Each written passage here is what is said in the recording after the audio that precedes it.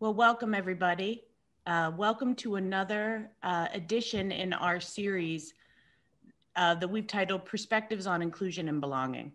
Today we welcome Afsaneh Beschloss, who has been named one of the most powerful women in finance many times over on many different lists, is a longtime friend to Bridgewater, and is CEO of that she founded many years ago, RockCreek Investments. And she's here to talk to us today about her incredible journey through the World Bank, through Carlyle, through founding her own firm, and for her entire journey that we can learn from. So today we welcome Afsaneh Beschloss, and we're so glad that you're here. So wonderful to be with you, Robyn, and so honored to be with such a great group and friends at Bridgewater. And so we're going to cover a lot of aspects of your life and career today. And something we say a lot at Bridgewater is we like to go back before we go forward. So if you could start with telling us about your childhood in Iran and how that shaped who you are today. So Robyn, I think being an immigrant, you don't realize how important it is until you get to be a little older. But certainly living in Iran, which was a very different time, different place. When I grew up, it was very open. Women could basically aspire to anything. Difficult to imagine that at this very moment. And also growing up in a family that was incredibly supportive and valued education, valued doing your best, and had really incredible values sort of drawn into us as very young, to me and my sisters. And then my family was also very supportive when I decided at age 16 to come to the US for the first time as an exchange student. Not an easy feat, but I arrived in Concord, Mass, very young, and having gone to the international school, language was not a barrier, but certainly living in Massachusetts, which was equally cold to Tehran, by the way, and where you could ski and you could, do similar things, but otherwise the similarities stop right there. Was very different. I also lived with a family that was an academic family similar to my own. My father had been president of the university, and I lived with a family that, where the husband taught at MIT. And I lived in a community in Concord, Mass, that had a lot of Harvard and MIT people. And it was just incredible experience. And so many coincidences that lead to the future. And one of them, I should mention, we lived across from Bob Solow, who is a Pulitzer-winning, Nobel Prize winner economist. And at that point, I didn't know I'm going to study economics in university, but certainly a great person to know when you're a 16-year-old. Yes, that's fascinating. And then you went to building on that background, you then went to Oxford, is that right? Absolutely. I did my economics degree in Canterbury, then at Oxford, and at Oxford I did my postgraduate studies. Again, you talk about coincidences in life. As I was studying economics, there were a few great professors at that time at Oxford. One was Joe Stiglitz, who I think was off, I forget, from Princeton or wherever he was teaching. And during the time I was doing my master's degree, he was at Oxford. So he was great professor to have at that time. Amartya Sen, who has written a lot about famines and the distribution of food and poverty, very relevant to today's problems. And really everything he wrote then is very applicable to today. And then other influences, one of my professors and tutors was somebody called Robert Mabrow, sadly has passed, but he started something called the Energy Institute at Oxford. And I became kind of his assistant, helping him with logistics and running it, and got to start meeting people who were running very big energy businesses, Exxon, BP, and as well as OPEC leaders who used to come to Oxford once or twice a year for events. And again, another great influence. And energy itself had been a big part of your career as an investor also. So has that been a theme throughout? Robyn, it's kind of, again, interesting because Robert Mabro, the professor I mentioned at Oxford, had this conversation with me. I was saying, you know, I'm trying to figure out, I'm really interested in energy, but I'm not sure which area to concentrate on. And this is quite a few years ago. I'm not going to tell you how many years ago. It gives away too much sensitive information. But he said, learn about natural gas. It's a cleaner fuel than oil, not perfect, but cleaner. And very few people know about it. And all the men know about oil, you'll know all about natural gas. So that's how I ended up doing natural gas. And then I went to JP Morgan, which was my first job out of Oxford. And one of the people who'd been working, who'd been also at Oxford with me doing his doctorate thesis at the time happened to be working in the same group. And he also had a strong energy background. So we did a lot of early M&A work in energy at JP Morgan, totally coincidental again. But all these things that in life you don't think are connected, that do get connected. And then I, even, you know, while I was at Oxford and JP Morgan, I was very mission driven. So I wanted to do something that would influence the world and make the world a better place, which sort of sounds a little too much to say, but I did decide to leave JP Morgan and go to the World Bank. And again, there, I was very fortunate. The energy area in the bank was booming. We were investing not just in hydrocarbons, but very early into renewable energy at a time where renewable energy was not so popular. And one of my first bosses at the World Bank happened to be a woman, somebody called Deanne Julius. She's now Dame Julius, and she happens to be on my advisory board at RockCreek and a great mentor all through since World Bank days. But also somebody who really helped me to think broadly. And her big tenets were, make sure you always do the right thing, work with the right people, work with people who are ethical, not just, you know, what you do, but who you work with is really, really important. I want to go backwards a bit to the decision to go to JP Morgan in the first place and leave academia. Could you tell us a little bit about what you were weighing there when you did that? So Robyn, I finished my master's degree. I was doing my doctorate thesis at Oxford, and at the same time teaching economic development and international trade. And the revolution in Iran had made it clear that it was not easy to go back and, you know, be a professor there. And then I had two job offers then. One was to go teach at Vassar, and the other one was to go to JP Morgan. And I thought, okay, I might end up in academia later on in my life somewhere, but why don't I try learning about how markets work, how a bank operates? And this was sort of the, you know, JP Morgan at that point provided us with a 9-month training program. Nobody does that anymore. No one invests in you in that way. Very fortunate, because economics had been very theoretical in England. And it was the first time I did courses in corporate finance and accounting. And so it was really, really amazing experience. And you learn that your economics training is very useful, but it is really important to understand how the real world works. And JP Morgan in that training program would have professors come and train you in the morning, then they would have practitioners come and tell you actually what they were doing in JP Morgan. So, so it was unbelievable experience. A lot of friendships then who are close friends today. And at the World Bank, I'd love to hear, I mean, you spent a lot of your career there, and I'd love to hear the version of your, of what it was like to work there.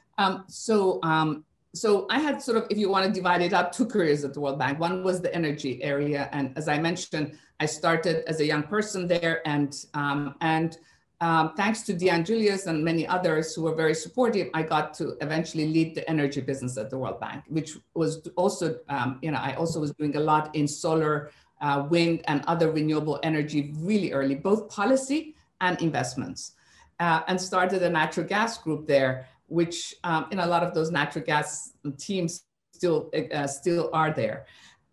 Then I went and spent a little time at Shell, at the group planning where they do scenarios, which was really interesting because it connected, again, the real world. And as I was coming back, I talked to a friend of mine at the bank who was on the trading floor of the World Bank. And he said, why don't you come on the trading floor and you can be sort of our economy strategist and learn to trade? And I said, I've never traded before. I worked on markets, but never traded before and done portfolio management. And what if I'm bad at it? He said, well, if you're bad at it, you'll learn. If you're bad at it, you just go back to what you're doing. So anyways, that was good advice. So I jumped onto the trading floor and we did a lot in fixed income. The World Bank trading desk was very sophisticated at that time. And then I went to work for the person who really ran the bank, and I became their special assistant and worked with somebody called Ernie Stern, who essentially was running the bank and the finances of the bank. We're starting to think about the new sort of hedge fundy type structure.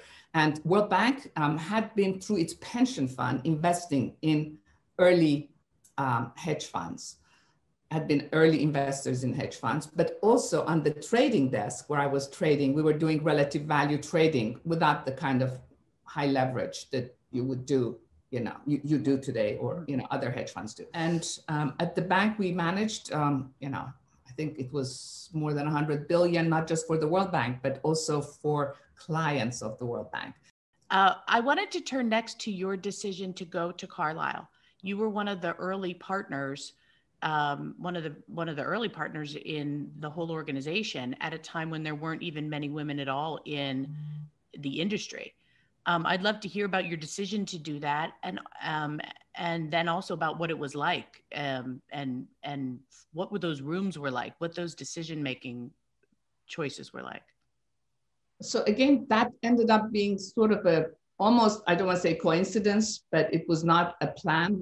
I was very happy at the World Bank, loved my job, running, close to 100 billion plus. The investments at that time was quite big. We were working with a lot of the biggest sovereign funds, by the way, like Norwegians were small then, and we were advising them on asset allocation and such things. And then also being treasurer of the bank, being responsible for all the borrowings of the World Bank, being responsible for the ratings, the finances, the balance sheet, all that good stuff. So, making sure we had a AAA rating, which the bank still does, doing sort of early innovations in a lot of the markets, which again, I was very fortunate to be part of, but being really with a cutting edge group of super quant people and super, people who were great lawyers, great quantitative people, great systems people working together and creating new tools to do asset allocation and dynamic asset allocation. So that was super fortunate and I was really loving it. And then a friend of mine who I had known from school was at a different, very big financial institution and approached me to go become chief investment officer there. And I thought to myself, well, if I don't do something, if I don't leave the World Bank, I'll probably never leave the World Bank. I'm enjoying it too much. And so I started thinking, and I went to Jim Wolfenson, who was then president of the World Bank. His advice was, why don't you take a year off? I took some time off between parts of my career and went and learned to play the cello. I used to play the piano when I was younger. He said, why don't you go play the piano for a year? Sort of try and think what you want to do with your life, but don't leave the World Bank. Anyways, this sort of coincidence led to other things, and it sort of ended up with me joining Carlyle, which was a great decision. And I'm sure you all know David Rubenstein, who's a great leader, not just in private equity, but as a philanthropist and as a historian and as a human being. And so it was very fortunate to work with what was then called Bill, David, and Dan, who were the three original founders, and I was the 12th partner. So it was really interesting to be in the room when private equity decisions were being made at the same time as I was helping the firm create a new business. And I have to tell you, even though there were not a lot of women around the table, I never felt different or treated any different. And being a woman was as comfortable as being, having any other sexual orientation. So it was a really great experience. I learned a huge amount on so many levels. And so again, there was no plan to start RockCreek, but one thing led to another. And at that point, you may remember that that there was a lot going on in the early 2000s in the markets, and doing new things was hard. But I jumped in and started RockCreek.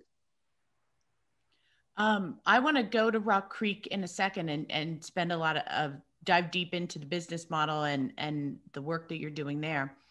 But one thing I wanted to sort of pull back from and ask, what is your advice for people who are navigating their career after looking back on your own?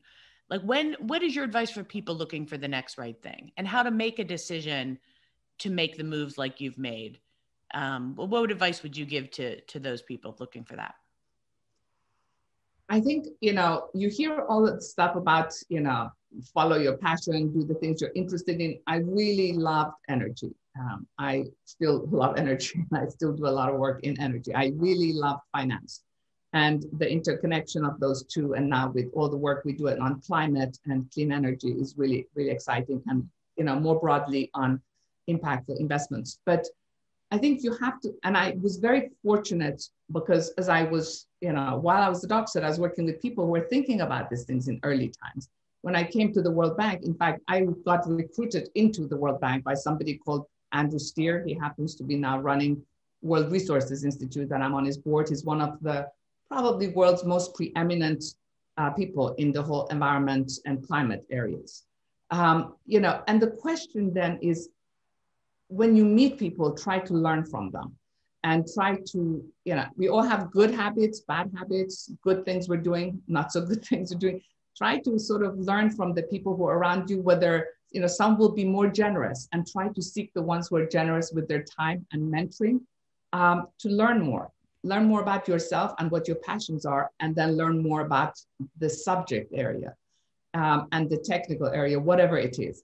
Learn to read the fine print. One of those minor things we learned at the World Bank early on, read the fine print on whatever it is you're doing, whether you're investing or on the trading floor doing a trade or whatever. Don't just be at the high level, get down, get your hands dirty. And so that was really excellent advice, because it's not what you do, but who, if that is enjoyable while you're doing it. And I'm sure COVID has made that much more real for us. So I would say, seek what you enjoy doing rather than what you don't enjoy doing, because if you do that, you're going to just put that much more energy in it and be more fulfilled. And very important, work with really good people, really decent people, and people you value and where you share your values. Because again, you might disagree, you might, look at what's been going on the last few weeks, just the last few weeks. And markets are in so much upheaval. When you work with people where your values are similar, but your views are different, you're going to succeed because you're not, you're going to have disagreements, but you're going to end up with the best decision rather than the worst decision. So I think that was sort of very fortunate. And last but not least, like I said, Deanne Julius was a very big influence. There's another woman who was very important influence on my life. Jessica Einhorn was first woman treasurer of the World Bank. And she actually, when I was working in energy and moving to finance, she said, you should move to finance. You have to travel a little less. So if you have a family, you don't have to be gone 3 weeks in Africa or Asia or Latin America. You can go for a few days to travel. Do you have more control over your travel schedule? So people who sort of thought about things before I could think about them and guided me and mentored me. So work with people who value you and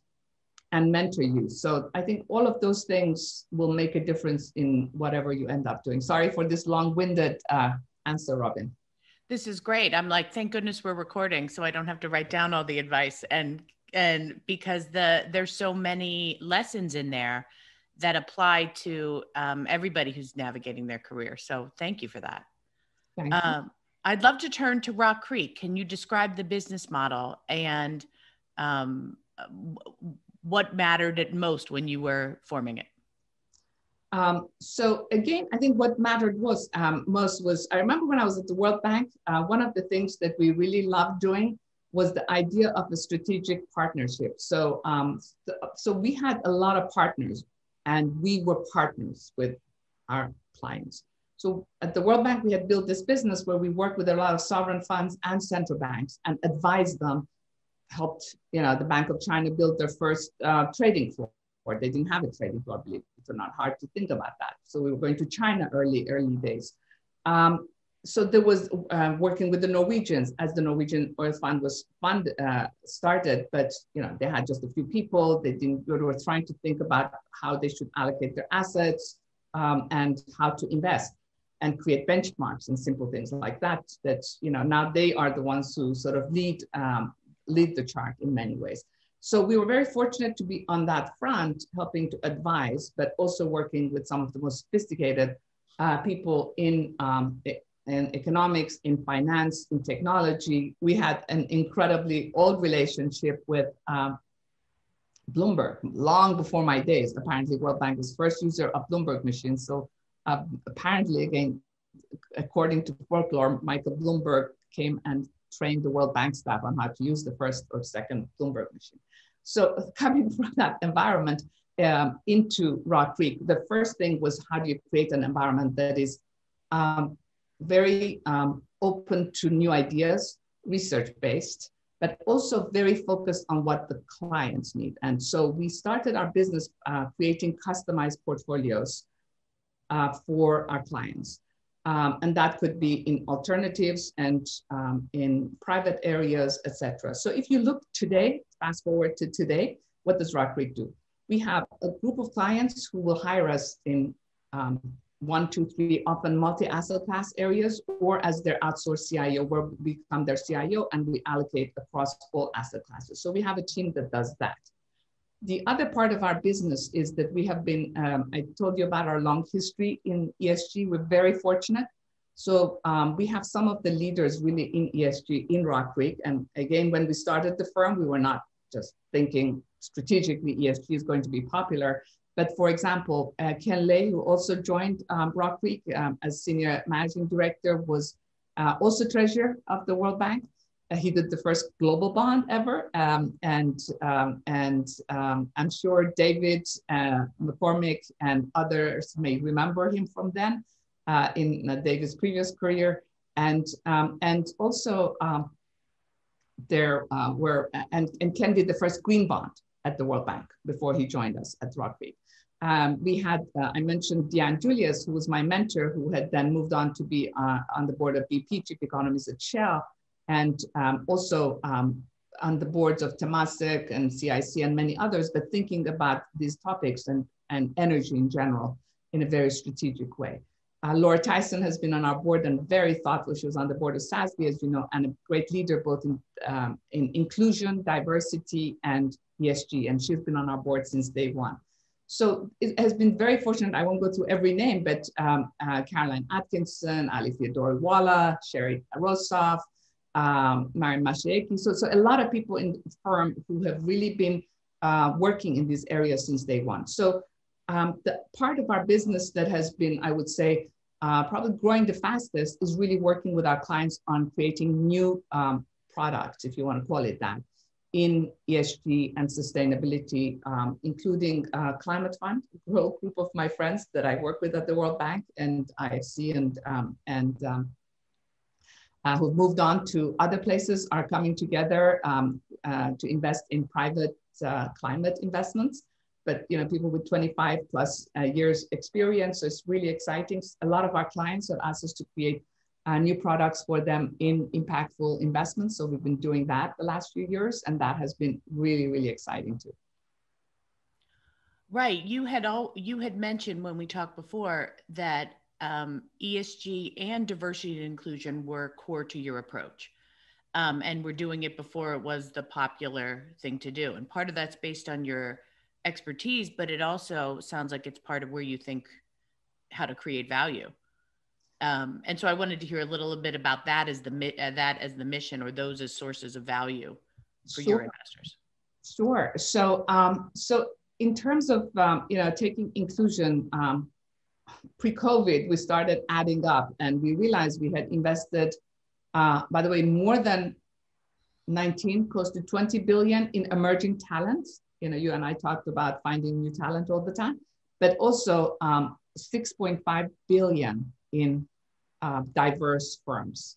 And that's just by ownership. As you well know, we have this huge database that covers diversity. And what we see is that diversity, one dimension is ownership, another dimension is management, who are the highest 5 people paid in a firm, you know, who are the people who are making decisions in different areas. So you have to measure it in different ways. You have to also measure progress.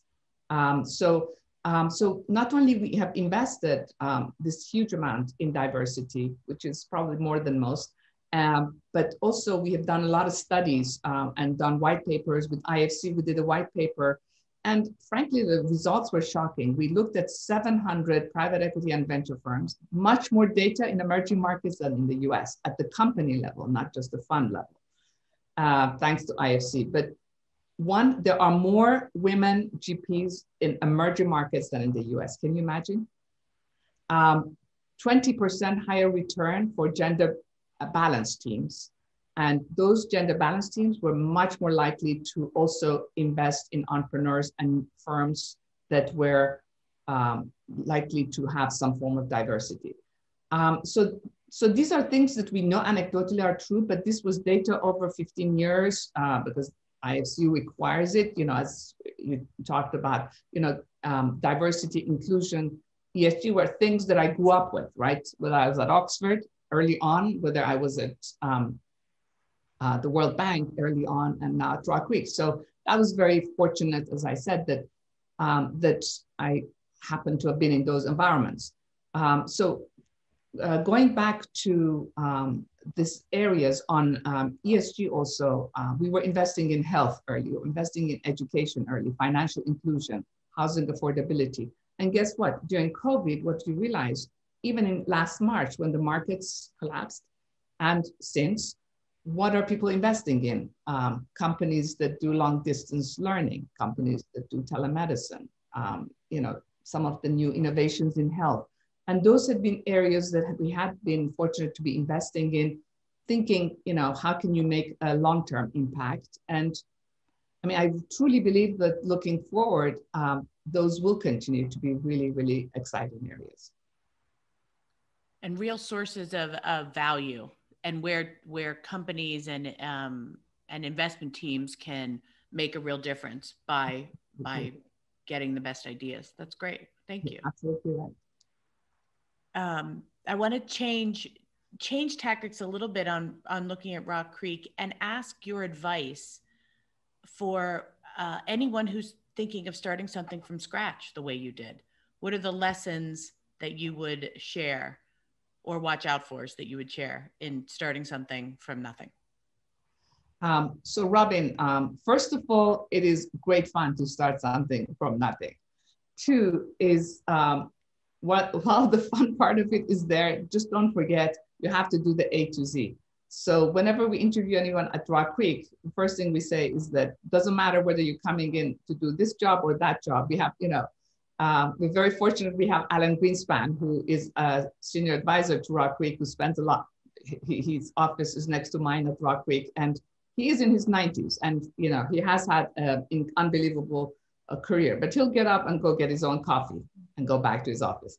And so, you know, role models are in all shapes or forms, but learn to do everything and be very hands-on.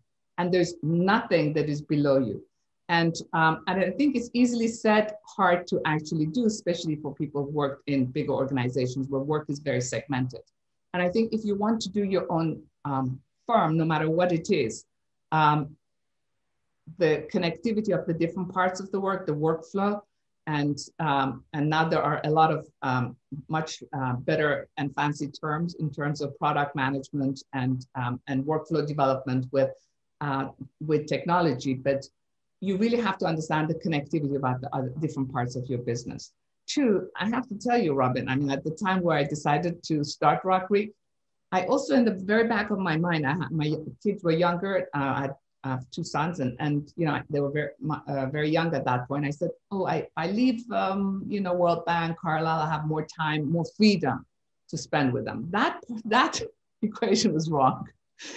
If you have a startup, your startup becomes kind of like the rest of your family, or whatever is close and highly important to you, and so you have to think of it as different. And I think it's all consuming 24/7. So those are it's the positive and the negative, like everything else goes together. That's a good segue too into sort of a general life advice question you'd give to working moms. If you could go back in time and tell yourself at the beginning of your career the lessons that you've learned as a working mom, I know I and many other working moms and working parents would love to hear that too. Well, I think I don't want to be presumptuous to advise others on being a working mom, but I think there's two things that have that now looking back, I wish I had done more of.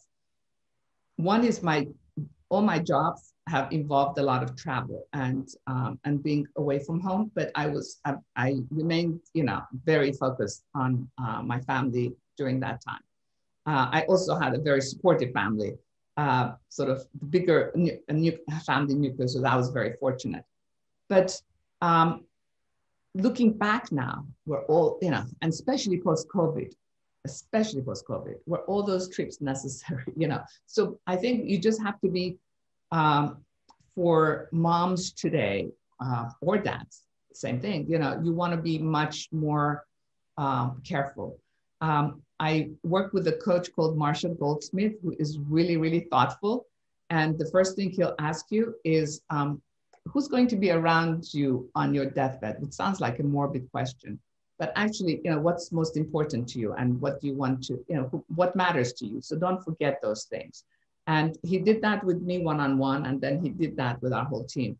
But, the answers you get are very different, but just remember what is important and what makes you happy, and really, to the extent possible, do follow your heart and your head at the same time. I think that's one thing. And I think women, as women, because unfortunately, it's as hard, I find today, as it was when I started. I don't find, Robyn, it's easier today than 20 years ago or earlier. So for women, and you do still have to be proving yourself. I think there are a lot of people in your firm and in other firms that are trying to make diversity truly possible in a firm, and that are much more family friendly, but it is still difficult, and a lot of pressures end up on women. And we've seen the COVID data, right? So a lot of women are leaving the workplace. And I think that is why it's really, really important. You have to work 3 times harder, but maybe work 1.5 times harder, not 3 times harder. It's great advice. I know there's so many questions from our audience, but there's one more area I really wanted to cover before we open it up to the floor, is your philanthropy work. You have always been a champion philanthropist and serve on many nonprofit boards. What work are you drawn to? Again, I think the areas that I've been most drawn to, I mentioned the climate and energy. So I'm very working closely with World Resources Institute, with National Geographic and others who are, focused on making our planet and our world where we live a better place for all of us. So that has been exciting, very related to what I've cared about really since I was very young, and continuing today at work. The other area I've always been interested in is health and education. So that's the other area for my philanthropy work, but also board engagement. And so that would take me to areas on health and education that, again, I'm passionate about. I think I would like to be a doctor maybe in another life, but in the meantime, I think I get a lot of enjoyment and try to contribute in those areas. And today, as we speak, being on the board of Gavi, which is the Global Alliance for Vaccines, is working with COVAX to bring vaccines to the lower income countries. Everything that Gavi has been doing for a long, long time is so relevant to the experience with vaccine distribution that we're all facing in our daily lives. Gavi has come up with such great ways to distribute vaccines to the poorest of the poor in very fragile economies.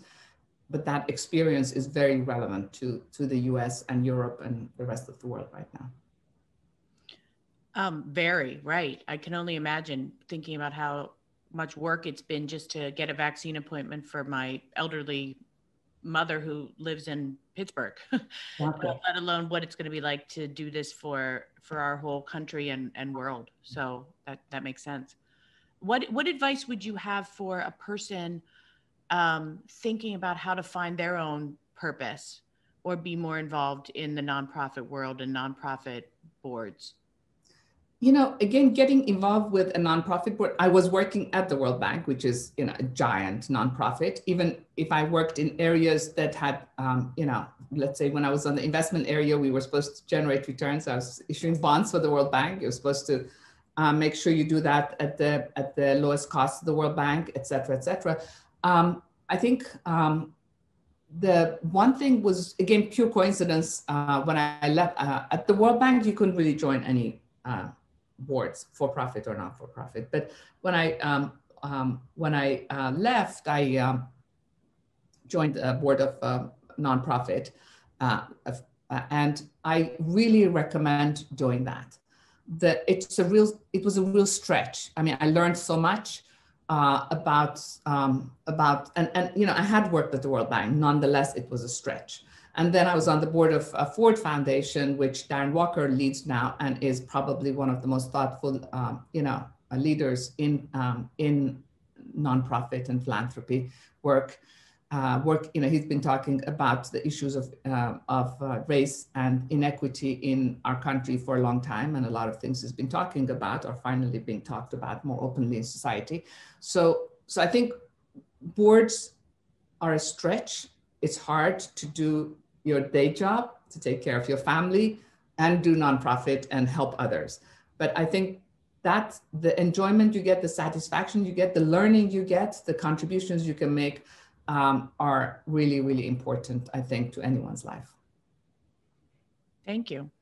I would like to open it up now to our audience to be able to ask a question. We have a way where I believe Nicole is going to send a person a message and tell them to unmute their microphone. Is that right, Nicole?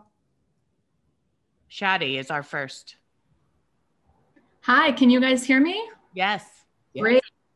So hi, first of all, Afsaneh, thank you so much for your time today. This has been really interesting, and I'm just grateful for your insight. It's been great. My name is Shadi. I've been at Bridgewater for many years, including on the client service side and now on the services side. But I have a general question for you.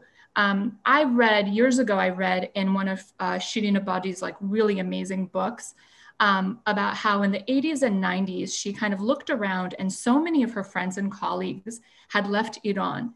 And she found she resented them for it and for not staying behind and doing something to help the country and to help its people. It's something I've always thought about. My family came here when I was 5, so I didn't have much of a vote in the matter. But as an Iranian American, or generally as people, is there anything we can do to help the people of that country from the outside in? I think about that all the time. Shadi, it's nice to meet you, and what a really fascinating question. I think, you know, so many different levels. I think I was very fortunate about the time I lived in Iran, but let's just not forget that the culture in Iran is very powerful. It goes back to Zoroastrian days, and education is highly valued. Let me give you the example. For example, today, we had a summer intern who joined RockCreek last summer. By the way, Robyn, we have had 350 interns join RockCreek, 80% diversity. So in that group, and they've been great. We have hired a number of them, and they've been wonderful. But this particular intern was, we recruited from Stanford, and we didn't, you know, we were looking for certain attributes, and she happened to have come from Iran, undergraduate. She was in her 2nd or 3rd year, and she was a physics Olympiad. So physics Olympiad in Iran today, given everything we're reading, had got into Stanford, and she was working with us as a summer intern. So even today for women, you know, because of this value of education, I think culturally, it is better than in many other parts of the emerging market, I would broadly sort of say. There are more women there doing STEM than in many other places. I was shocked. She told us the stories that were shocking in terms of, the positive. I'm not, talking about, there's lots of negatives that we all know. So I think you can certainly, I'm not sure if I agree with the idea that you have to sit and, you have to be in a particular country. I actually chose the opposite.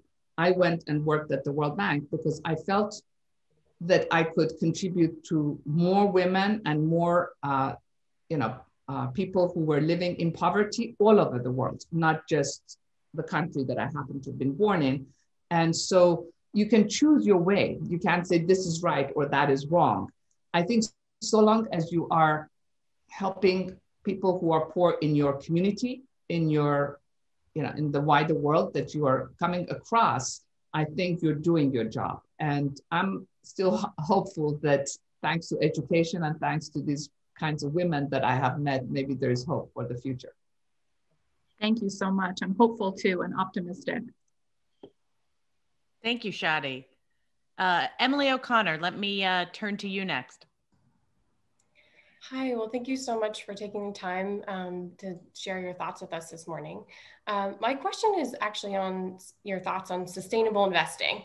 And while you mentioned that there is an increased interest in ESG investing, which is great to see, I'm curious to hear what you think are sort of the largest challenges in getting more investors on board with ESG and sustainable investing. So Emily, I think in the last, I would say, pre-COVID, even up to a year ago, there was a lot of, there were people who were interested and there were people who were basically the word ESG or the word impactful investments. And by the way, the word diversity would imply sort of maybe not as high returns or as good returns. That changed a lot, I think, post-COVID. So my sense is that a lot more people are now, when we talk to investors, the boards I'm involved with, pretty much the exception now will be people who are not interested in investing because they see the returns. And one of the efforts we're doing at RockCreek right now, at Rock Impact, which is this sort of area we've created where we're putting all our data and we're going to take it out of RockCreek, make it available to a bigger group of people, to everyone really, is we have gathered data for the last 20 years, which does prove that diversity and impactful investments have as good returns as anything else. They don't have to be higher, they don't have to be lower, but they can be as good. And I think data, which is something that you all work on a lot, will be a really, really important thing in the future to show that you actually can do well. If you invest in impactful investments in the long run, that's good for everyone. But you're absolutely right. That was not the case. Probably, most investors have been sort of kicking and screaming until recently. Thank you, Emily. I'd like to turn to Bar Even next. Hi there. Hi, Afsaneh, and thanks again for being here with us today. My question is also on the hot topic of sustainable investing. Specifically, as you say, people are seeing impact investing as more being returns friendly. Are you guys offering that product or seeing design for that product to be sort of standalone, like carve out, like this is the piece that's for mission? Or are you also, or instead of kind of trying to integrate it into your broader investment process as sort of like risk mitigation, alpha generation? I'm interested in your perspective on that choice. Bar, I think that's really so important. So we are doing both because we do have some investors who want standalone, parts of their portfolio that are concentrating on impactful or diversity or inclusion. But otherwise, it's included very much and integrated into the way we think and the way we invest. So if you look at any of our investment portfolios, you'll see a lot of these themes. We've been investing in emerging markets for a long time. Obviously, we worked at the World Bank, one or two things about emerging markets. So in, let's say, emerging market equities, I've been investing in health for the last 7-8 years, right? And so those themes in ESG have been playing out, and some of our highest returns have come from those. So it is very much integration, I think. I believe, Bart, that as we move forward, I hope it will be much more of an integrated thing, not this sort of separate thing that you do because you heard about it or your board suggested it, or and I think the other thing that is very positive is if you now listen to, let's say, the CEO of Exxon, they're talking about carbon capture. If you listen to the CEO of BP, they're calling themselves not an oil company, but an energy company. If you listen to a lot of companies now, they're talking about net zero. A lot of companies. A year ago, much fewer. So this is not just investors. This is the companies that we all invest in that are moving much faster. And frankly, the next generation will not buy their stock, whether it's private or public, if they don't think about these things. Okay, thank you. Well, I know we're getting close to time, and I am so grateful for you for coming in and sharing your time and your wisdom with us, both on the trends in investing and in our business that we see today. So thank you so much, Afsaneh, for joining us today. And we're so grateful. And looks like Dave's back. Dave? I've always been here. I just want to say thank you too. It was a great talk, and just as I knew it would be. So thanks again for spending time with us. I know we all appreciated it. Thank you so much, David. Great to be with you, and a real honor. And thank you, Robyn. And thank you, David. Thank you so much for this today. And I know our whole community appreciates it. See you very soon. Bye-bye. Take care.